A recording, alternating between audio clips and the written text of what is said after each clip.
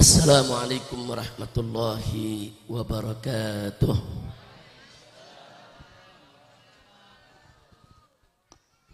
Bismillah walhamdulillah wala hawla wala quwwata illa billah.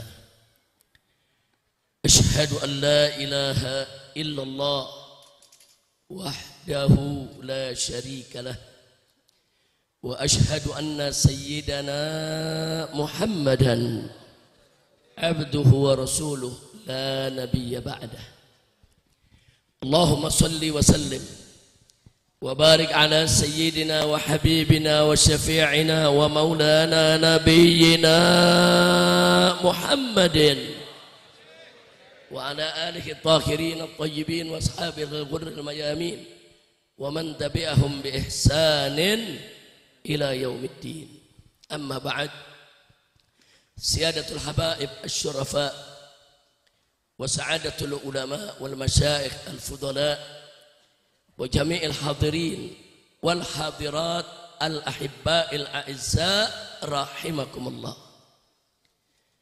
Fi hadhihi al-munasabati as-sa'idati at-tayyibati al-mubarakah وبمثل هذا الاجتماع المبارك لا أنسى أن أوصيكم جميعا ونفسي بتقوى الله وبطاعة رسول الله صلى الله عليه وسلم. فنسأل الله سبحانه وتعالى أن يهدينا إلى صراطه المستقيم ويجعلنا من المتقين ويدخلنا جنته جنة النعيم بحق سيد المرسلين والحمد لله رب Alamin. Taqabbalallahu minna wa minkum fataqabbal ya karim. Ikhwatil a'izza rahimakumullah. Setelah puja dan puji kita panjatkan bagi Allah Subhanahu wa taala. Setelah selawat dan salam kita sampaikan untuk junjungan Nabi kita yang tercinta Sayyiduna Muhammad sallallahu alaihi wasallam beserta keluarga dan para sahabatnya.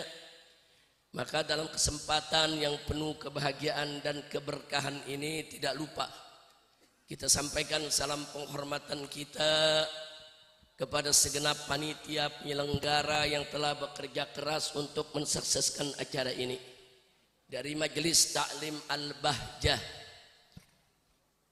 yang dipimpin dan diasuh oleh guru kita semua, akhina Al-Fadil Al-Ustadzul Mubarak Al-Habib Ahmad bin Muhdar Al-Attas hafidhahullahu ta'ala wa ra'ah famatanallahu bituli hayatih wa nafa'ana bi'ulumih amin ya rabbal alamin. Saya sampaikan salam penghormatan saya kepada keluarga besar al-marhum wal maghfurulah Al-Habib Ahmadun Al-Attas. Hadir bersama kita di sini putra dan putrinya, anak, menantu dan cucunya, keluarga besar yang sangat-sangat kami cintai. Mudah-mudahan Al-Habib Ahmadul Attas rahimahullahu ta'ala rahmatan wasi'ah wa ghafara lahu maghfiratan jami'ah. Amin ya rabbal alamin. Di sini bersama kita hadir banyak sekali para habaib, yang seniornya, yang juniornya, yang tuanya, yang mudanya. Insya Allah kehadiran para guru-guru kita ini menjadi penyebab turunnya rahmat dan barakah buat kita. Di sini ada orang tua kita Al-Habib Hasan Al-Aidarus, dan di sini juga ada guru-guru kita yang tadi sudah menyampaikan mau'idhahnya. Nah, di sini juga ada Habib Hussein bin Zaid Al-Attas, Habib Syakir bin Zaid Al-Idrus, barusan tamu kita yang dari Solo Al-Habsyi, Masya Allah. Saudara luar biasa telah menyampaikan kepada kita dengan sangat bagus dan sangat menarik, sangat menggugah kita semua. Semoga semua apa yang telah disampaikan oleh guru-guru kita bisa memotivasi kita untuk lebih cinta kepada Nabi Muhammad sallallahu alaihi wasallam. Dan sini hadir juga kita punya tamu dari Yaman, guru dosen di Jami'atul Ahqaf Tarim ya kawan, yaitu Sayyid Ad-Doktor Al-Habib Muhsin Al-Baiti As-Saggaf hafidhahullah ta'ala wa ra'ah. Mudah-mudahan insyaallah kumpulnya kita bersama para habaib, para kiai, para muallim yang tidak saya sebutkan satu persatu nama-nama beliau, tapi sama sekali tidak mengurangi rasa cinta mahabbah kita kepada guru-guru kita. Mudah-mudahan kita semua yang hadir sini tidaklah pulang dari tempat ini kecuali dosa kita diampuni oleh Allah, kesalahan kita semua dimaafkan, penyakit kita disembuhkan, kesulitan kita dimudahkan, kesempitan kita dilapangkan, rizki kita dimurahkan, nafkah kita diberikan oleh Allah yang thayyiban halalan. Amin ya rabbal alamin. Ahibail kiram, sebagaimana sama kita tahu bahwa kita kumpul pada malam hari ini di tempat ini untuk memperingati hari lahir seorang manusia besar yang punya sejarah besar, yang berjiwa besar karena dididik dan dibesarkan oleh Yang Maha Besar, yaitu peringatan maulid kelahiran daripada Nabi kita tercinta Sayyiduna Muhammad sallallahu alaihi wa alihi wa sahbihi wasallam. Ahibail kiram, Nabi yang kita peringati maulidnya pada malam hari ini adalah seorang nabi yang diutus oleh Allah Subhanahu wa taala sebagai rahmat untuk semesta alam. Rahmat semesta alam artinya rahmat untuk seluruh makhluk yang ada di alam semesta ini. Wallahu Subhanahu wa taala qala wa ma arsalnaka illa rahmatan lil alamin. Nabi yang kita peringati pada malam hari ini kelahirannya adalah seorang nabi yang tidak saja diutus untuk hanya bangsa Arab saja, bukan seorang nabi yang hanya diutus untuk Quraisy saja atau untuk keluarganya saja, tapi seorang nabi yang diutus oleh Allah untuk segenap umat manusia sebagai pembawa berita gembira sekaligus juga sebagai pemberi peringatan. Wallahu Subhanahu wa ta'ala qala wa ma arsalnaka illa kafatan linnas basyiran wa nadhira. Nabi yang kita peringati maulidnya pada malam hari ini adalah seorang nabi yang memiliki akhlak yang begitu agung, sebagaimana tadi sudah disampaikan, diuraikan oleh guru kita ya ikhwan. Nabi yang memiliki akhlak yang begitu mulia, dan kemuliaan akhlaknya dipersaksikan langsung oleh Allah Subhanahu wa taala. Wallahu Subhanahu wa taala qala fi akhlaqi nabiyhi Muhammadin sallallahu alaihi wasallam wa innaka la'ala khuluqin azim. Syahadatun ilahiyah, ini merupakan kesaksian ilahi yang merupakan kesaksian tertinggi. Bagaimana tidak?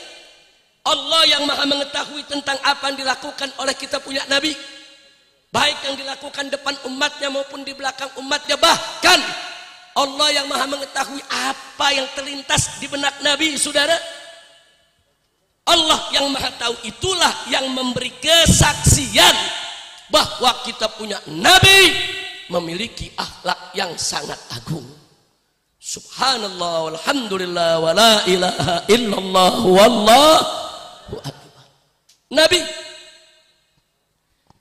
yang kita peringati maulidnya pada malam hari ini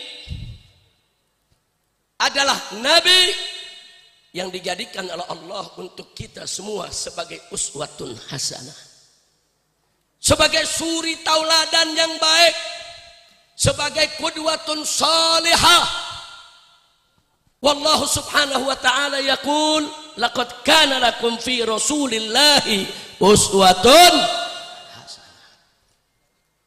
Nabi yang kita peringati maulidnya pada malam hari ini adalah seorang nabi yang wajib untuk kita taati secara mutlak. Enggak boleh separuh-separuh, enggak boleh setengah-setengah. Allah nyatakan dalam Al-Quranul Karim, faqala ta'ala ya ayyuhalladzina amanu athi'ullah wa athi'ur rasul. Bahkan di ayat yang lain Allah ingatkan kita semua, wa ma atakumur rasulu fakhudhuhu wa ma nahamkum anhu fantahu. Jelas Nabi yang satu ini saudara, Nabi yang wajib kita taati secara mutlak. Artinya mutlak, wa ma atakumur rasulu fakhudhuhu, apa-apa yang Allah berikan, apa-apa yang Rasulullah berikan kepada kamu, ambil, laksanakan. Dan apa-apa yang dilarang oleh Nabi kita Muhammad sallallahu alaihi wasallam, fantahu, hentikan, stop. Jangan sekali-kali kita kerjakan apa yang dilarang. Nabi yang kita peringati maulidnya pada malam hari ini adalah Nabi yang wajib kita ikuti. Dan mengikuti Nabi yang satu ini saudara merupakan syarat bukti cinta kita kepada Allah, sekaligus menjadi syarat bagi mereka yang ingin dicintai Allah. Wallahu subhanahu wa ta'ala qul in kuntum tuhibbunallah fattabi'uni yuhibbukumullah wa yaghfir lakum dzunubakum. Subhanallah. Memang manusia yang satu ini yang kita peringati pada malam hari ini kelahirannya. Betul sebagaimana diceritakan tadi oleh guru kita, bukan sembarang manusia saudara. Basyarun lakal basyari. Ya, beliau manusia saudara, tapi tidak seperti manusia lainnya. Beliau begitu mulia, begitu agung, begitu suci saudara. Nah karena itu saudara, wajar kalau umat Islam di mana-mana negeri pada bulan Maulid ini saudara, bukan hanya di Indonesia, di seluruh dunia mereka bergembira memperingati hari lahirnya Nabi kita Sayyiduna Muhammad sallallahu alaihi wasallam. Bahkan agung dan mulianya Nabi, Pak, agung dan mulianya Nabi, Bu, bukan hanya terbatas kepada saudara khalqan wa khuluqan, bukan hanya terbatas kepada sifat fisik maupun sifat akhlaknya Nabi saudara. Bahkan kenapa Nabi diutus di tengah bangsa Arab berasal usul dari Quraisy, itu juga merupakan rahasia agung yang datang dari Nabi Muhammad sallallahu alaihi wasallam. Nah di sini saya ingin ajak diri saya dan ibu-ibu serta bapak-bapak semua untuk berhati-hati. Dulu saudara, kaum orientalis di Eropa sampai yang datang ke Indonesia, Senok Hugroin saudara, itu menebarkan pemahaman yang sangat berbahaya. Bahkan beberapa waktu yang lalu, bahkan juga beberapa tahun yang lalu juga saudara, saya dapatkan langsung di atas mimbar seorang doktor, kiai, haji saudara, dengan secara serampangan ikut menyebarluaskan fikrah istisyraqiyah. Dia mengatakan, saudara-saudara, kenapa Nabi terakhir diutus di tengah bangsa Arab? Dia bilang di atas mimbar yang hadir puluhan ribu orang saudara, Nabi terakhir diutus di tengah bangsa Arab karena bangsa Arab bangsa yang paling biadab, bangsa yang paling zalim, paling jahat. Lalu kenapa Nabi diutus di tengah bangsa Quraisy? Dia katakan karena bangsa Quraisy saudara itu suku yang paling kejam di tengah-tengah bangsa Arab.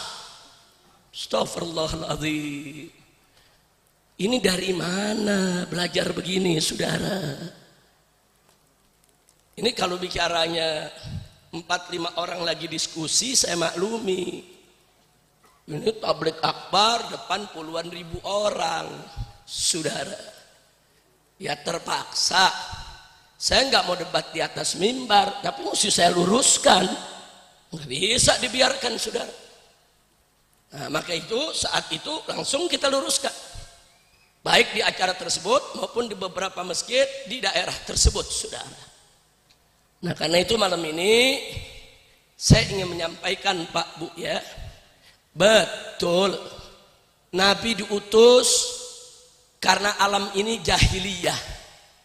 Alam ini fi zulumatul jahl. Betul, Nabi diutus ke dunia ini saudara, karena di alam dunia ini saudara terjadi kegelapan, terjadi kebodohan. Kita semua masuk ke alam jahiliyah. Betul, kebiadaban memang merajalela, kejahatan merajalela saudara. Betul, kita nggak pungkiri. Tapi persoalannya apa betul bangsa Arab yang paling biadab, paling kejam, paling sadis, paling jahat, dan Quraisy paling jeleknya bangsa Arab? Tunggu dulu. Kalau mau bicara paling, itu perlu penelitian panjang saudara. Itu perlu kita kumpulkan dulu data-data kebiadaban yang ada di seluruh dunia. Jangan Anda berpikir kalau yang biadab saat itu cuma di Mekah doang. Enggak saudara. Mari yuk kita buka sejarah. Lihat di Eropa dulu saudara. Apa yang terjadi saat itu di wilayah kekaisaran Romawi saudara. Yang terjadi saudara di kekaisaran Romawi sebagaimana juga terjadi di Mekah. Banyak orang paganisme, menyembah berhala, menyembah batu dan lain sebagainya saudara. Tapi perilakunya, mari kita lihat. Yang gak ada di Arab, ada di Eropa saudara. Di antaranya soal perbudakan. Seorang budak di Eropa saudara bebas bagi majikannya, mau dipukul, mau dianiaya, mau dibunuh, mau dipotong, terserah. Karena budak bukan lagi manusia dianggap oleh mereka.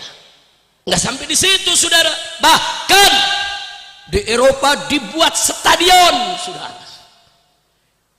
Untuk apa? Untuk tempat para bangsawan dan anak-anak mereka serta kaisar menonton saudara hiburan. Apa hiburannya? Budak-budak diadu tanding, 1 lawan 1, 2 lawan 2, kelompok lawan kelompok saudara. Nanti kalau ada yang satu menang, yang lainnya mati saudara, maka mereka bersorak saudara. Jadi budak diadu sampai mati. Saya mau tanya, biadab gak? Jawab yang kompak, biadab tidak? Biadab tidak? Enggak sampai di situ saudara. Kalau ada satu budak kuat, kalau dipertandingkan selalu menang, maka pada akhirnya diadu dengan binatang buas saudara. Dimasukkan harimau, dimasukkan singa ke lapangan, orang nonton semua saudara. Saya mau tanya, biadab tidak? Biadab tidak? Enggak sampai di situ saudara. Bahkan menjadi kebiasaan para anak-anak bangsawan di Eropa di zaman itu saudara. Di hari-hari tertentu kumpul anak bangsawan, dikumpulkan para budak, mereka dilepas di seluruh hari di tanah lapang saudara. Kemudian para anak-anak bangsawan ini dengan menunggang kuda, dengan memegang busur panah dan anak panah saudara, mereka berlomba saudara. Dikejar itu para budak, dipanai satu-satu, mana yang membunuh terbanyak dia yang menang. Saya tanya, biadab tidak? Biadab tidak? Bangsa Eropa ngakui kok itu. Sampai hari ini kalau mereka bikin film tentang gladiator, mereka tunjukkan memang begitu. Tradisi mereka, perilaku mereka. Di Arab nggak ada itu saudara. Di Arab ada budak, ada, bukan nggak ada budak, tapi perilaku yang kelewat batas seperti itu tidak ada. Nah sekarang kita lihat lagi di Persia. Di Persia ada kelompok-kelompok Zoroaster, ada aliran Mazdakiyah saudara, yang ajarannya sudah berurat berakar di tengah masyarakat. Di antaranya apa? Satu, mereka punya prinsip perempuan milik bersama. Jadi kalau orang punya istri, kalau tetangganya mau pakai nggak apa-apa, karena perempuan milik bersama sudah. Saya tanya, biadab tidak? Biadab tidak? Biadabnya bangsa Arab istri dijaga sudah. Nggak ada begitu. Jadi kalau sekarang nih umat Nabi, saudara, kita diajarkan yang milik bersama itu, saudara, air di sungai, di laut itu milik bersama, saudara. Nah, tapi kalau istri bukan milik bersama, perempuan bukan milik bersama. Kenapa perempuan dijadikan milik bersama? Karena perempuan mereka anggap manusia hina, rendah. Saya tanya, biadab tidak? Biadab tidak? Di Arab nggak ada biadab begitu. Baik, kita pindah ke Cina, saudara. Di Cina sana, saudara, sudah jadi tradisi, saudara, di tengah-tengah mereka. Atau saya tambahkan dulu tadi yang di Persia. Di Persia ada satu lagi. Mereka punya tradisi bahwa seorang ayah adalah orang yang paling berhak mengawini putrinya sendiri dibandingkan orang lain. Jadi menurut mereka, putrinya sendiri itu dia yang biayai, dia yang kasih nafkah, dia yang besarkan, maka dia paling berhak sebelum orang lain. Maka jangan kaget kalau di Persia ketika itu banyak bapak kawin sama anak kandungnya. Saya tanya, biadab tidak? Biadab tidak? Arab biadab, nggak ada begitu. Bapak kawin anak kandung, saudara. Nah, jadi kalau mau bicara paling biadab, tunggu dulu. Mesti kita pelajari dulu. Apa betul di Arab itu paling biadab? Kalau soal Arab biadab ketika itu, iya. Kita nggak pungkiri, bukan Arab aja. Seluruh dunia biadab. Masuk fi alamil zulumat, zulumatul jahal, saudara. Nah, kemudian kita pindah ke Cina. Di Cina itu kalau ada kaisar, raja-raja di daerah-daerah kegubernuran, saudara, mereka punya pelayan laki-laki yang melayani raja, melayani istri dan putrinya, wajib dikebiri. Nggak bisa nggak dikebiri, dan harus mau dikebiri. Kalau nggak mau dikebiri dihukum mati, saudara. Nah, saya tanya, lelaki dikebiri biadab tidak? Biadab tidak?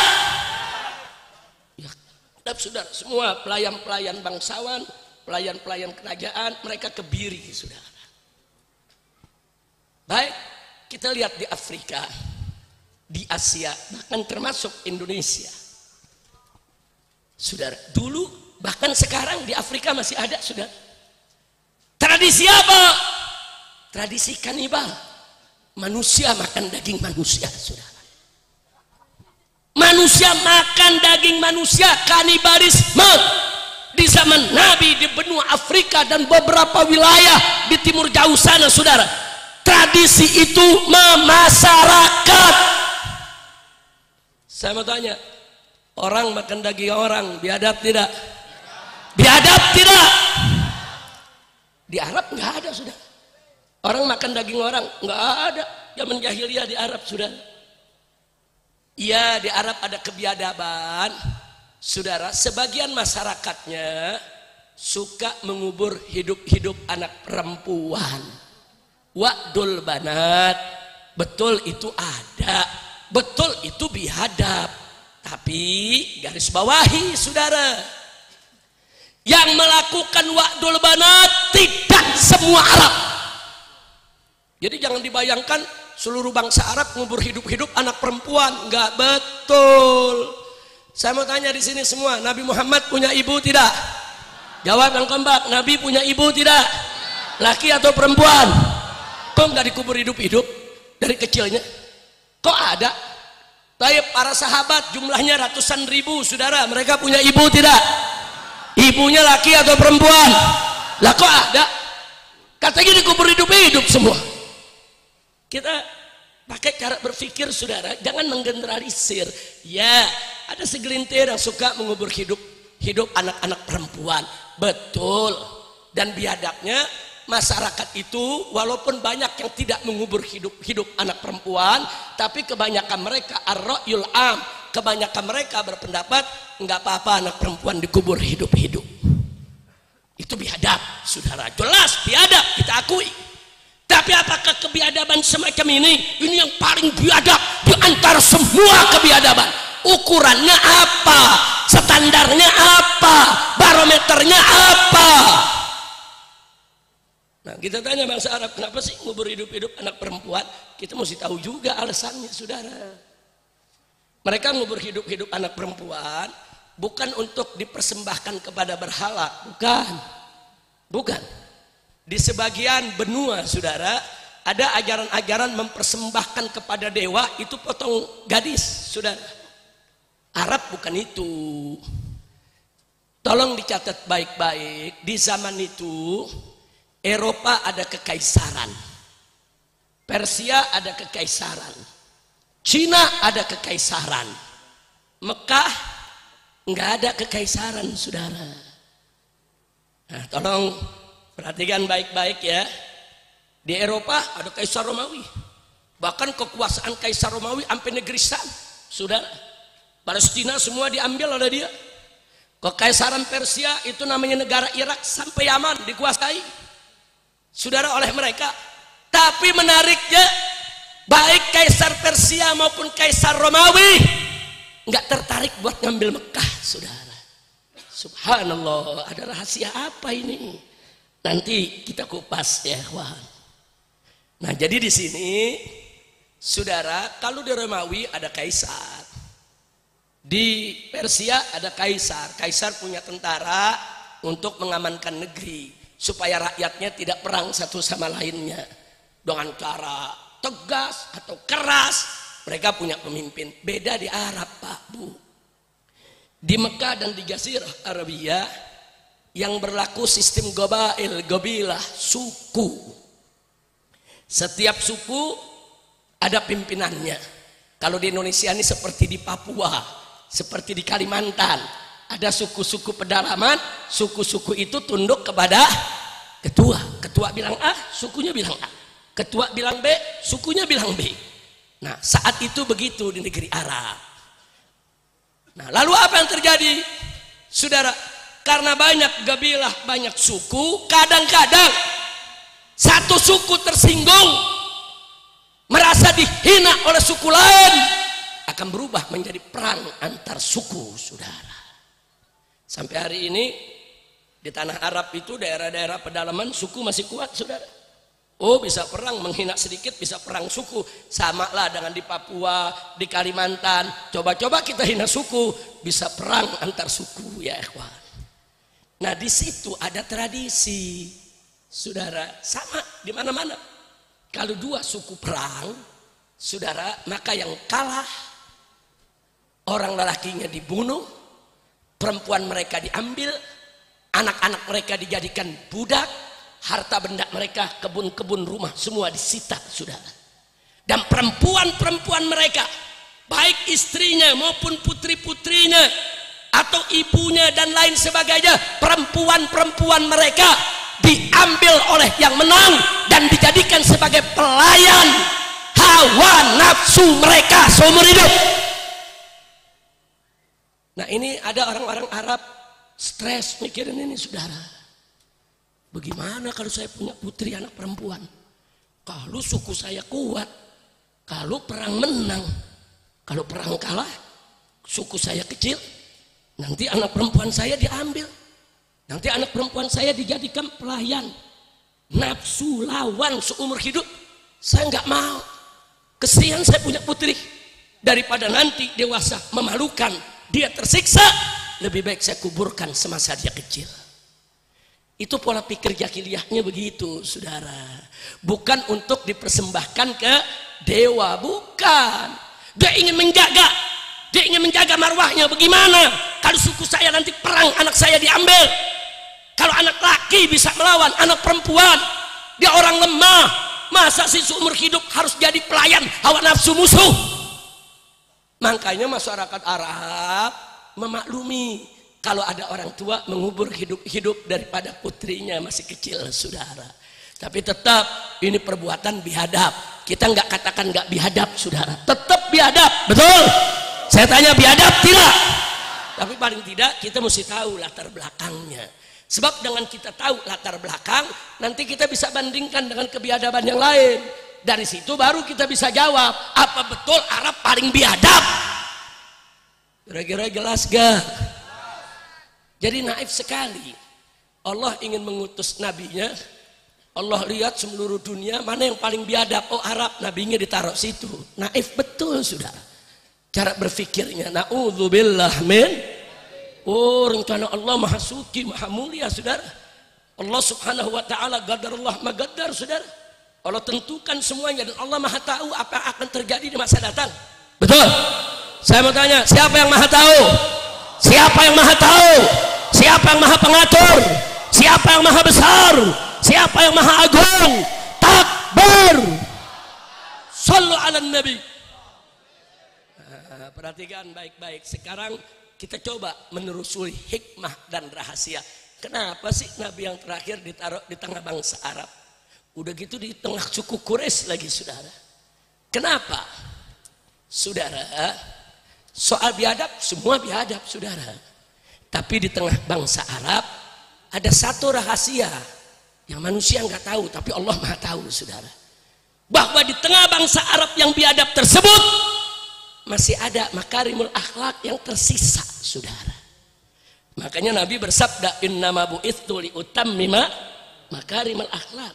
Nabi nggak mengatakan innama bu'itsu liutammima akhlak, tapi Nabi mengatakan innama bu'itsu liutammima makarimal akhlak.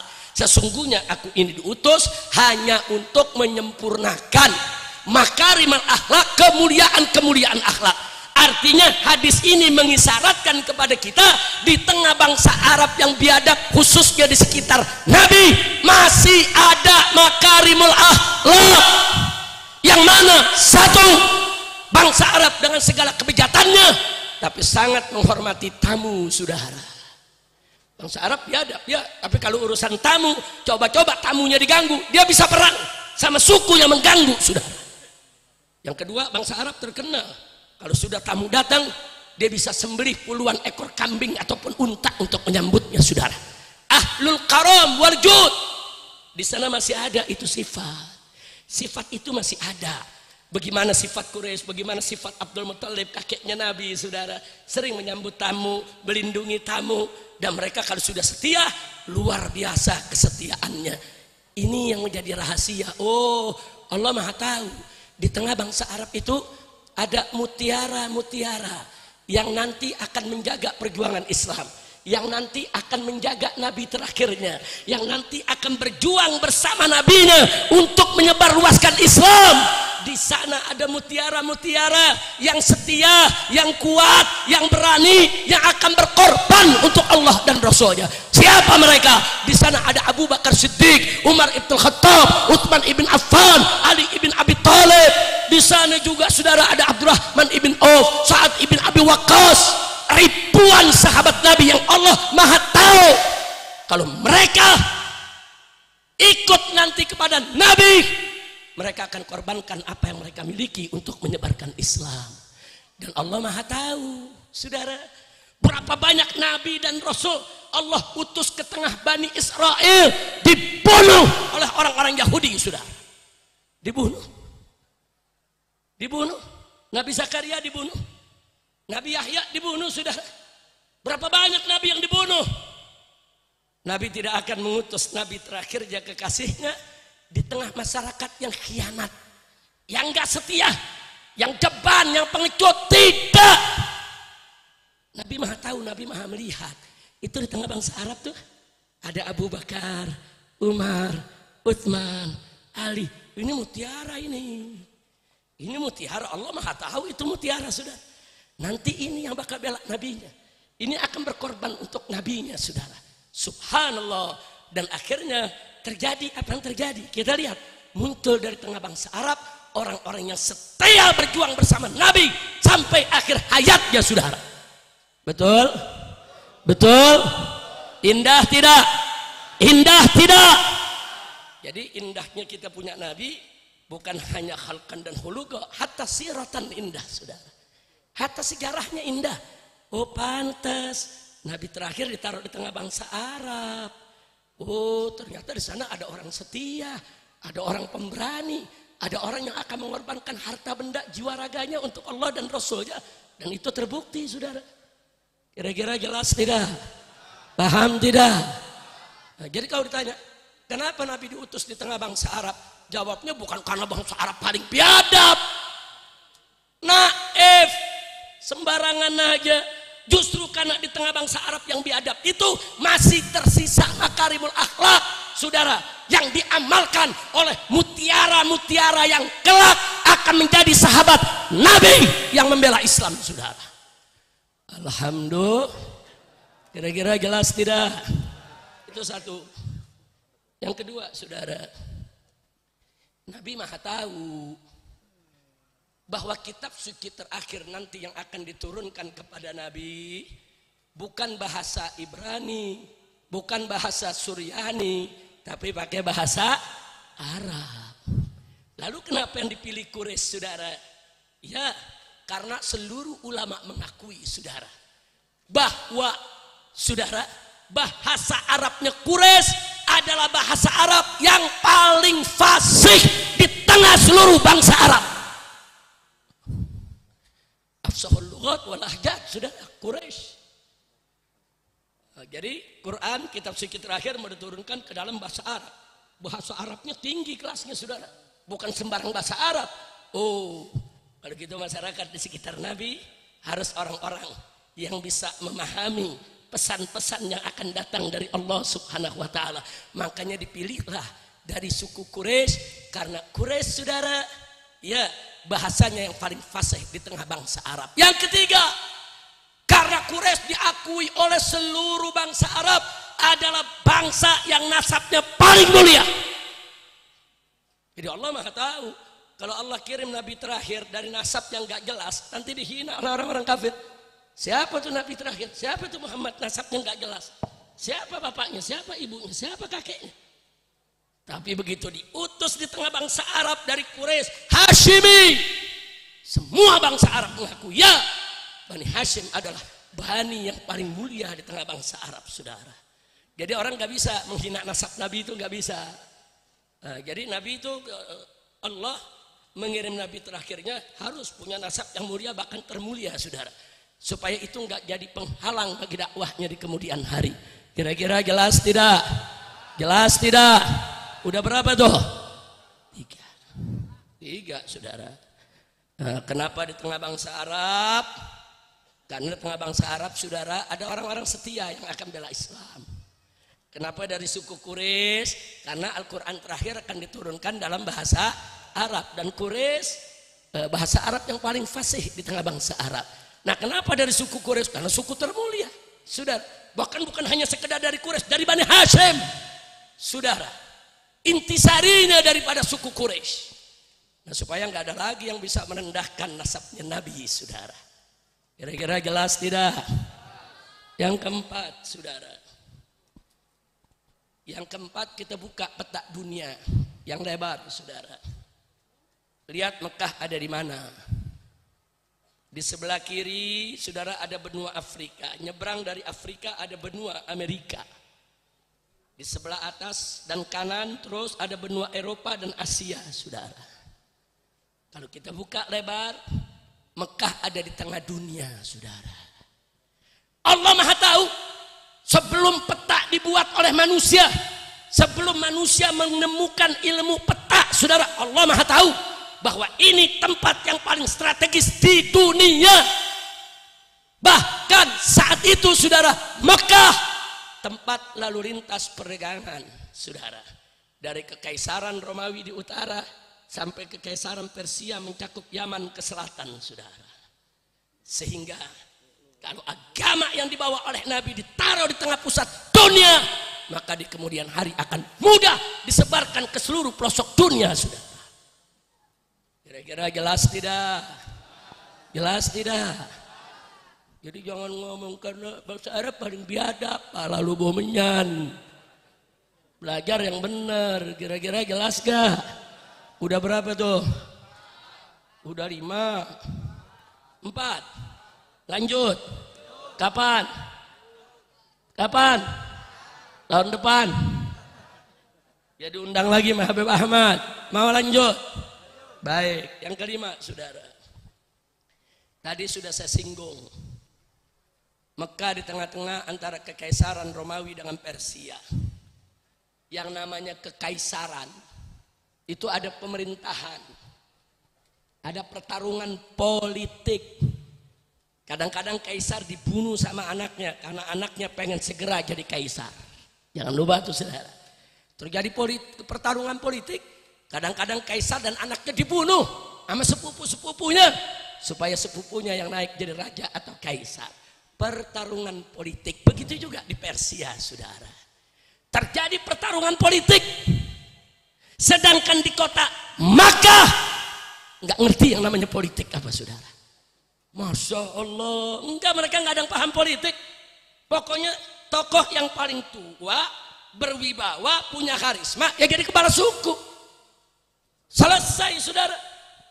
Nggak ada tuh pertarungan politik, saudara, antara perdana menteri dengan hulu balang, antara hulu balang dengan para menterinya, nggak ada.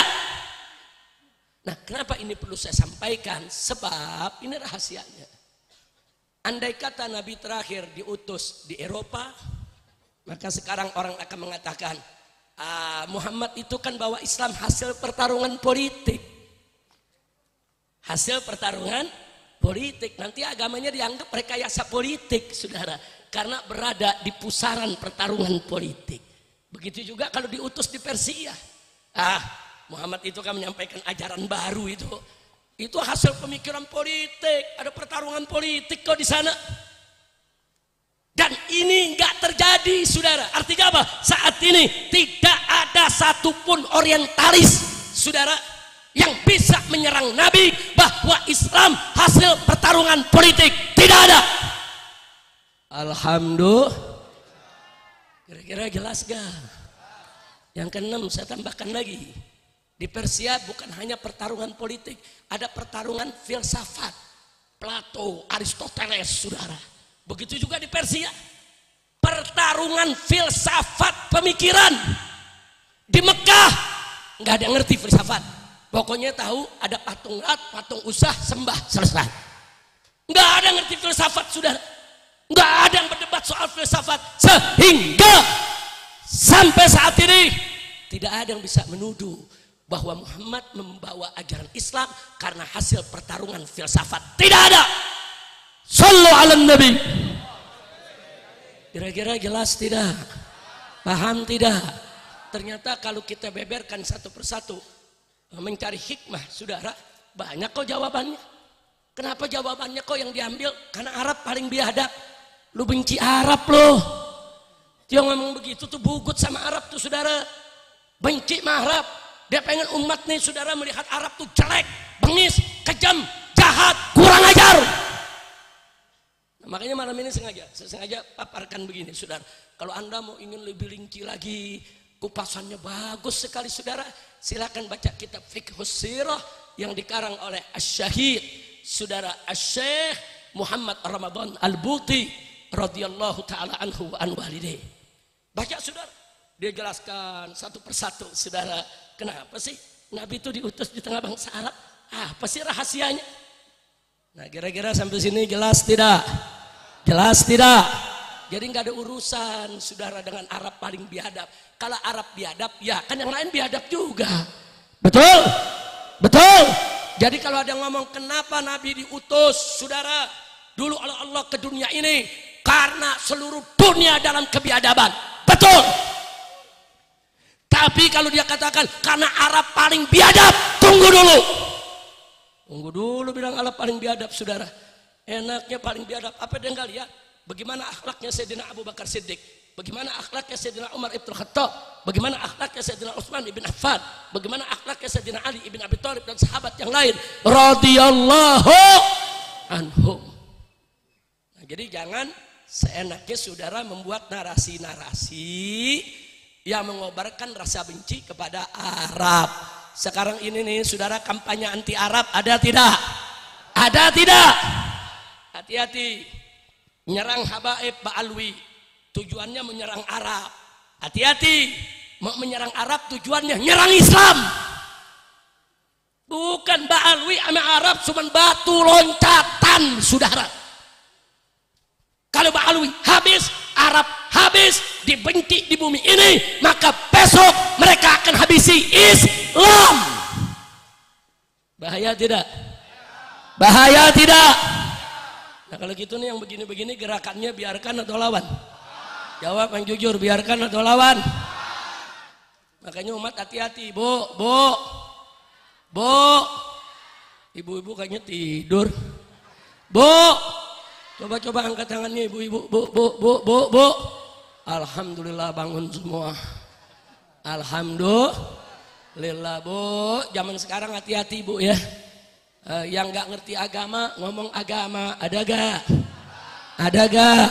Yang nggak ngerti syariat ngomong syariat, ada gak?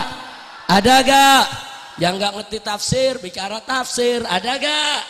Yang nggak ngerti hadis bicara hadis, ada gak? Udah kacau nih sekarang. Ada artis dangdut jadi ahli nasab. Udah kacau. Ayo saya mau tanya, kacau nggak? Lu jawabnya takut amat lu. Kacau tidak? Jadi mufti lagi. Di Lombok dia bicara, dia keluarkan fatwa bahwa nasab Ba'alwi dibatalkan. Senar gitar lu kemana? Udah kacau, udah pusing dah. Udah ceramahnya sampai di sini aja dah. Masya Allah, kacau tidak? Ayo jawabnya kompak, kacau tidak? Ada orang ngaku kerja di BRIN. Kita periksa namanya, kita cari siapa dia. Ternyata ahli pakar ikan nila. Begitu kita lihat pakar ahli ikan nila, tahu-tahu apa disebut? Ahli DNA nasab. Nasab ikan cupang. Udah kacau tidak? Makanya yang begini saya mau tanya, biarkan atau lawan? Nasab Ba'alwi dimaki-maki, Yahudi-Yahudikan saudara. Nasab dibatalkan saudara. Ternyata yang ngomong si Imad nasabnya nggak jelas.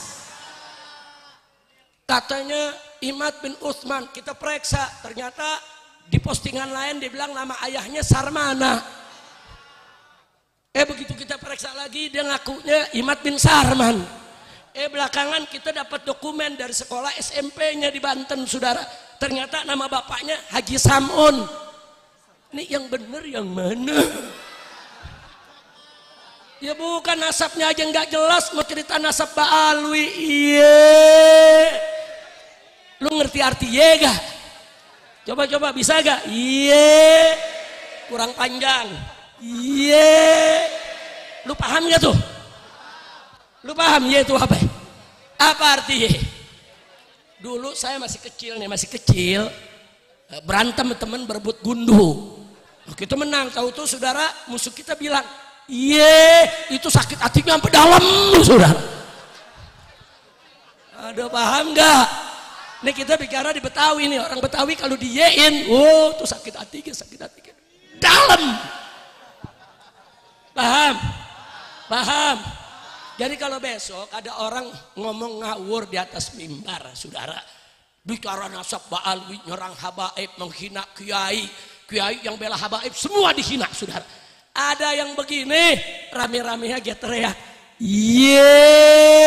yang panjang. Ayo hafal gak? Ibu-ibu, Bu, ayo Bu semuanya, 1, 2, 3. Kurang panjang. Ayo semua bapak-bapak, jangan kalah sama ibu-ibu semua. 1, 2, 3. 1, 2, 3. 1, 2, 3. Si Imad urusannya denger begini stroke lagi. Tapi saya maklumi, Bu. Saya maklumi kenapa Imad begitu. Loh kok dimaklumi, Beb? Ya bagaimana nggak dimaklumi? Begurunya sama orang yang bisa bahasa semut. Ya pantas saja guru edan murid gila. Lo tahu bahasa semut? Makoli lakoni rahmata. Apa dia ngomong? Gua nggak paham. Saya mau tanya nih, ini masyarakat Kebon Juruk ada yang paham nggak? Ada yang paham? Makoli lakoni rahmatan, makoli lana rahmatan, makoli. Paham nggak lo? Paham nggak? Sama. Udah yang begini-begini saudara, ini merusak tatanan keharmonisan hubungan antara habaib dengan ulama. Saudara, ini sebagai penutup dari saya. Habaib dzurriyyatun Nabi sallallahu alaihi wasallam. Mereka adalah keturunan Nabi kita Muhammad sallallahu alaihi wasallam. Mereka punya kedudukan mulia, Allah dan Rasulnya yang memuliakan. Bahkan Allah mewajibkan kepada umat Islam orang beriman untuk cinta dan hormati mereka. Sampai-sampai Sayyidina Abu Bakar Siddiq mengatakan dalam hadis sahih, dalam Sahih Bukhari, saudara, urqubu Muhammadan fi ahli baiti. Jaga kehormatan kau punya Nabi di keluarganya. Cintai, hormati mereka. Bahkan dalam ayat Quran, saudara, Allah yang katakan kepada Nabi, qul la as'alukum alaihi ajra illa mawaddata fil qurba. Katakan hai Nabi, katakan hai Muhammad, katakan kepada kau punya umat, la as'alukum alaihi ajra, aku tidak meminta upah apapun atas segala jasaku, illa kecuali al mawaddah, cinta kasih, fil qurba, di dalam kerabat keluargaku. Masya Allah. Jadi itu perintah siapa tuh? Perintah siapa itu? Jadi cinta keluarga Nabi, perintah Allah dan perintah Nabi. Bukan habaib yang ngemis cinta, tidak saudara. Enggak, ini perintah Allah dan perintah Nabi. Tapi jangan lupa juga, di sana ada ulama yang keduduknya tidak kalah mulia, saudara. Allah mengatakan dalam Al-Quranul Karim, faqala ta'ala, innama yakhsyallaha min ibadihil ulama. Sesungguhnya, saudara, mereka yang takut kepada Allah, saudara, hanya dari kalangan ulama. Allah puji ulama-ulama yang takut kepada Allah. Enggak sampai di situ, Allah naikkan derajatnya. Yarfa'illahu alladhina amanu minkum walladhina utul ilma darajat. Dan dalam hadis Nabi mengatakan, al ulama warasatul anbiya. Para ulama adalah pewaris Nabi. Nah, saya tanya, kalau gitu kedudukan ulama mulia tidak? Jawab yang keempat, kedudukan ulama mulia tidak? Kedudukan kiai mulia tidak? Kedudukan ajengan mulia tidak? Kedudukan para tuan guru mulia tidak? Siapa yang memuliakan mereka? Siapa yang memuliakan mereka?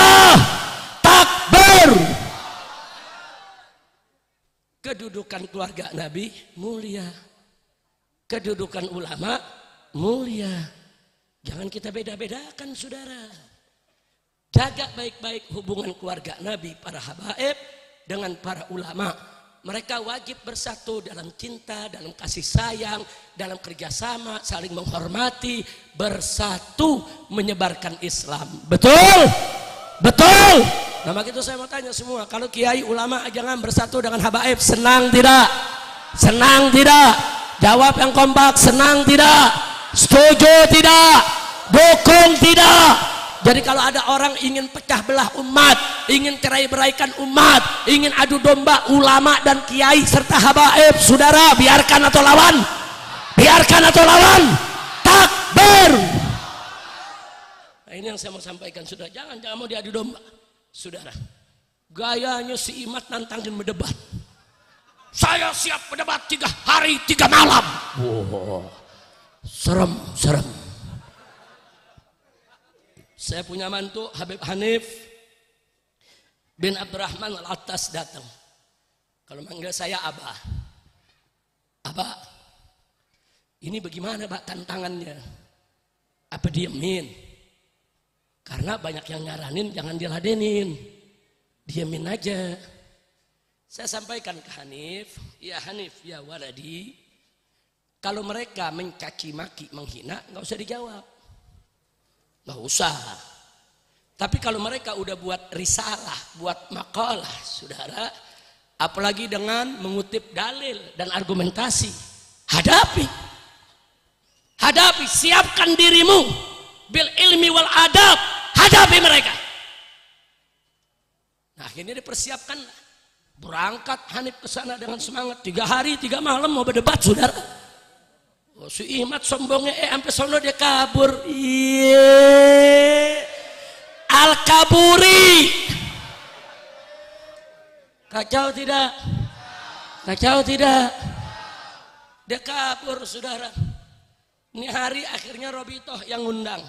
Karena dikit-dikit saudara nantangin Robitoh melulu. Saudara, kalau penelitian, kan dia mau meneliti Ba'alwi. Pusatnya Ba'alwi di Robitoh. Yang namanya meneliti datang dong ke Robitoh. Betul? Dulu saya bangun front pembela Islam, saudara. Banyak wartawan dari Amerika, Eropa, Jepang, Korea pengen tahu FPI itu apa.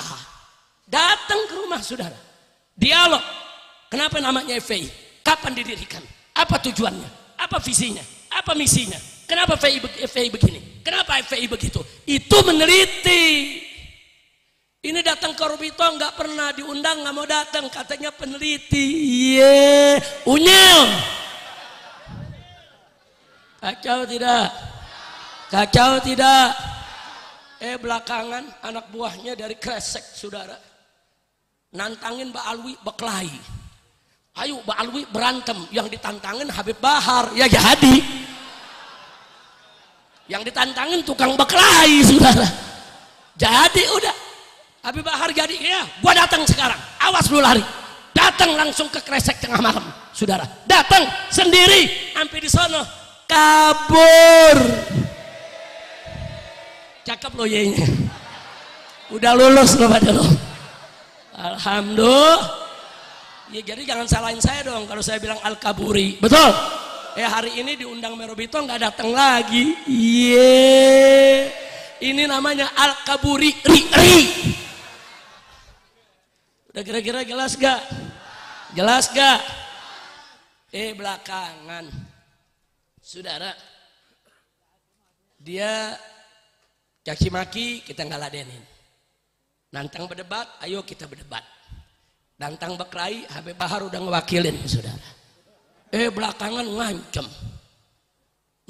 ayo laskar kita di seluruh Indonesia sweeping Ba'alwi, sweeping semua habaib, usir dari Indonesia. Wow. Gemeter kaki takut pak, Bu, gemeter bu. Yo diancam sweeping nggak main-main loh. Lu bayangin habaib di sweeping, diseret, dibunuhin atau. Nah kalau udah begitu modelnya, tadinya saya diam, saya suruh Habib Hanif aja yang ngomong saudara, ngomong nantang sweeping, nah bapaknya yang turun. Nah kita dari dulu biasa sweeping saudara, sweeping narkoba, sweeping minuman keras, sweeping ganja, sweeping germo. Sekarang kita mau di sweeping, kadal kebun. Terus jamaah nanya, Habib bagaimana nih untuk mengatasinya? Tenang aja, mereka kan pasukan berani mati. Ngakunya apa? Kita sudah siapkan pasukan berani mati untuk usir habaib, sweeping Ba'alwi. Wow. Pasukan berani mati, Beb. Masya Allah, kacau tidak? Sekarang saya jawab, biarkan atau lawan? Diamkan atau jawab? Betul. Saya mau tanya sama semua yang ada di sini. Kalau ada pasukan berani mati, terus nggak ada yang matiin, kesian nggak? Jawab dong, kesian nggak? Kesian nggak? Nah makanya saya bentuk pasukan baru, namanya pasukan berani matiin. Setuju gak? Setuju gak? Lu tinggal daftar besok sama Habib Ahmad. Masya Allah pakai ngancem, nggak usah ngancem begitu. Kalau kau punya hujah, punya argumentasi, datang. Ayo kita hiwar bil ilmi wal adab. Jangan kalau begitu mereka udah nggak punya adab, saudara. Mereka Yahudi kan para habaib. Mereka bilang ini habaib ini Yahudi. Apalagi ada satu Gus itu dari Cirebon, saudara. Dia ceramah seenaknya. Dia samakan datangnya para habaib ke Indonesia dengan datangnya orang-orang Israel ke Palestina, saudara. Kurang ajar. Mereka bilang dulu Israel numpang di Palestina, sekarang menguasai Palestina, menjajah Palestina. Awas, hati-hati, habaib datang dari Yaman, datang ke Indonesia, menguasai Indonesia, menjajah Indonesia. Kurang ajar. Yang bicara seorang Gus dari Cirebon, saudara. Kurang ajar, saudara. Israel datang ke Palestina, enggak nyebarin Islam, betul? Betul. Habaib datang ke Indonesia nyebarin Islam. Betul. Kawin sama orang Indonesia. Betul. Habaib ini udah campur aduk di Indonesia, saudara. Saya punya nenek orang Betawi asli. Ibu dari ayah saya langsung, saudara. Asli orang Betawi. Habaib datang ke Indonesia, nggak ada yang bawa bini. Betul. Betul. Sampai di sini kawinnya sama siapa? Sama orang Indonesia, saudara. Yang ke Jakarta kawin sama orang Jakarta, yang ke Irian kawin sama orang Irian. Makanya Habaib di Irian kayak orang Irian katanya, saudara. Jadi kepala suku, di Irian, tipenya, penampilannya persis orang Irian. Kenapa? Ya karena Habaib cair, membaur, berdakwah dengan akhlak mereka di Indonesia. Betul. Takbir. Jadi kalau ada yang nyamain Habaib sama Yahudi, kurang ajar tidak? Kurang ajar tidak? Nah ini yang saya mau sampaikan, hati-hati, Bo. Jangan mau kita diadu domba. Setuju? Setuju? Setuju? Nah makanya saya minta masyarakat di Jakarta khususnya. Bahkan saya keliling kemarin kemana-mana. Di Jawa Barat, di Lombok, di Madura, saudara. Orang-orang yang adu domba umat, menghina Ba'alwi, menghina Habaib, menghina Kiai, menghina ulama, jangan dikasih panggung, jangan diundang, kalau perlu usir dari kampung kita. Setuju? Takbir. Saya tanggung jawab dunia akhirat, saudara. Kalau nanti ada yang diusir, polisi nanya siapa yang suruh? Habib Rizik yang suruh. Mau apa? Kalau bilang Habib nggak ngelawan polisi, kita sudah buat laporan ke Mabes Polri, saudara. Kita kirim pengacara yang top pengacaranya. Kita kirim seorang Ba'alwi bikin laporan ancaman terhadap keselamatan Ba'alwi. Saudara, nggak dilayanin sama polisi. Tidak dilayani. Nah kalau polisi nggak mau layanin, nggak apa-apa. Nanti kita yang layani sendiri. Betul? Betul? Setuju? Ayo yang setuju angkat tangannya semua. Takbir. Takbir. Siap ganyang begal nasab. Siap ganyang begal nasab. Siap usir begal nasab. Takbir. Sallu ala Nabi. Enak aja kalau giliran kita yang ngancam, saudara. Langsung proses hukum. Gercep banget, gerak cepat kalau nangkap Habib. Tapi kalau nangkep begal nasab, ya saudara jalannya kayak siput. Nah, udah sekarang sekali lagi kita sampaikan ke Mabes Polri, segera proses mereka. Kalau Anda tidak proses mereka, jika sampai terjadi Habaib diganggu, Ba'alwi diganggu dimanapun di seluruh Indonesia, saya akan ajak umat rame-rame habisi begal nasab, jangan merusak Indonesia. Betul? Takbir. Sallu ala Nabi. Nah, begitu saya mau tanya sekali lagi, siap bersatu tidak? Siap bersatu tidak? Dulu kita sebelum saya hijrah ke Mekah, kita pernah rame-rame turun di 411. Betul? Kita pernah turun rame-rame di 212. Betul? Hasilnya begitu kita bersatu, Allah kasih kita menang. Si Ahok lengser dan longsor, saudara. Betul? Betul? Siap bersatu lagi? Siap bersatu lagi? Kalau pemerintah tidak bisa urusi soal begal nasab, stop begal nasab. Kalau pemerintah tidak bisa selesaikan itu, kami yang akan turun, kami yang akan selesaikan itu semua. Setuju tidak? Setuju tidak? Takbir. Baik, mana Habib Muhammad bin Hadi? Sini. Ayo sama-sama saudara, kita mengenang aksi persatuan kita dulu semua. Setuju? Mana tim hadroh? Ada tim hadroh? Ayo semua bantu sama suaranya, vokalisnya. Pastikan mic-nya nyala semua. Silakan Habib Hadi. Nah, biar suaranya. Ayo semuanya, saudara.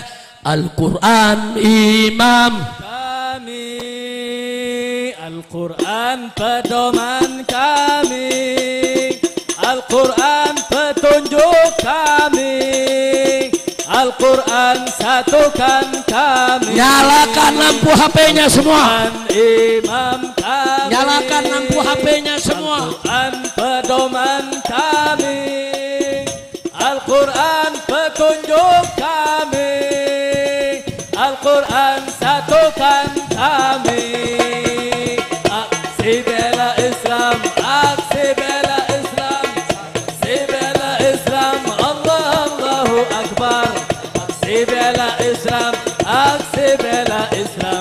aksi bela Islam. Allah Allahu Akbar, Allahu Akbar. Semua suaranya. Allahu Akbar, Allahu Akbar, Allahu Akbar, Allahu Akbar, Allahu Akbar, Allahu Akbar, Allahu. Semuanya Al-Quran imam kami.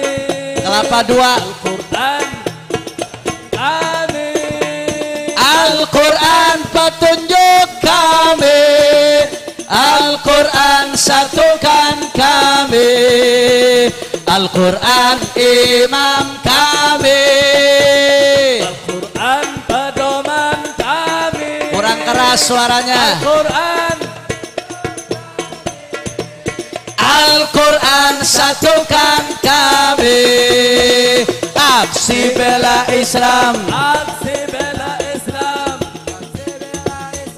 Allah Allahu Akbar. Aksi bela Islam, aksi bela Islam, aksi bela Islam. Semua angkat tangannya, takbir. Allahu Akbar, Allahu Akbar, Allahu Akbar, Allahu Akbar, Allahu Akbar, Allahu Akbar, Allahu Akbar, Allahu Akbar.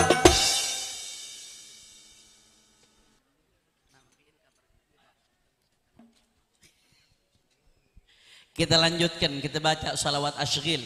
Mudah-mudahan orang zalim ribut sama orang zalim. Kita diselamatin sama Allah. Indonesia diselamatin sama Allah. Amin ya rabbal. Ayo semua suaranya. Allahumma salli Allah alaihi wa ashghili zalimin bizalimin. Allahumma salli ala sayyidina Muhammad wa ashghili zalimin bizalimin wa akhrijna min bainihim salimin wa ala alihi wa sahbihi ajma'in. Semuanya Allahumma sallallahu alaihi wa ashghili zalimin bizalimin. Allahumma salli ala Muhammad wa ashghili zalimin bizalimin. Angkat tangannya semua, minta sama Allah. Salimin wa ala wa sahbihi ajma'in. Sallallahu rabbuna ala nur ya habibi ya Rasulullah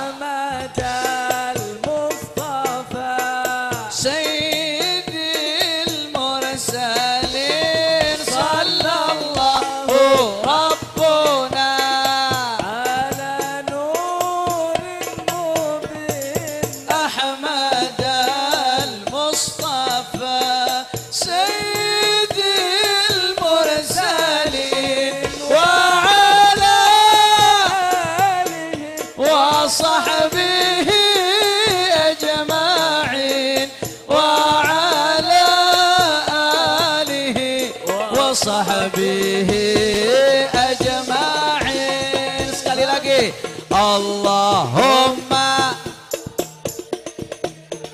Sayyidina Muhammad wa ashghil zalimin bizalimin.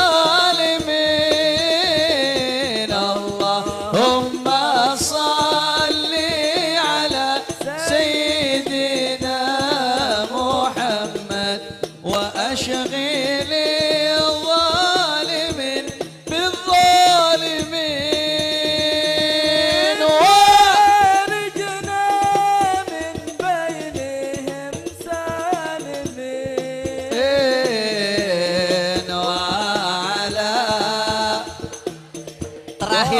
sama-sama semuanya.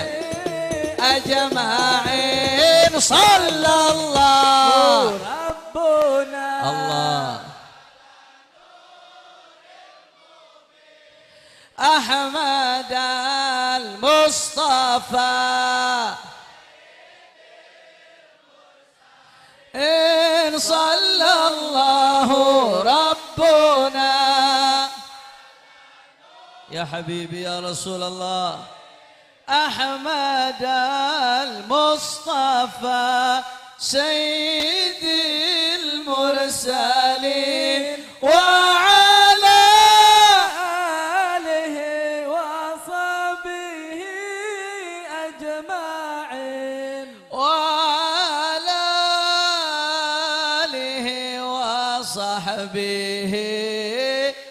kelapa dua angkat tangannya semua takbir takbir takbir sallu ala nabi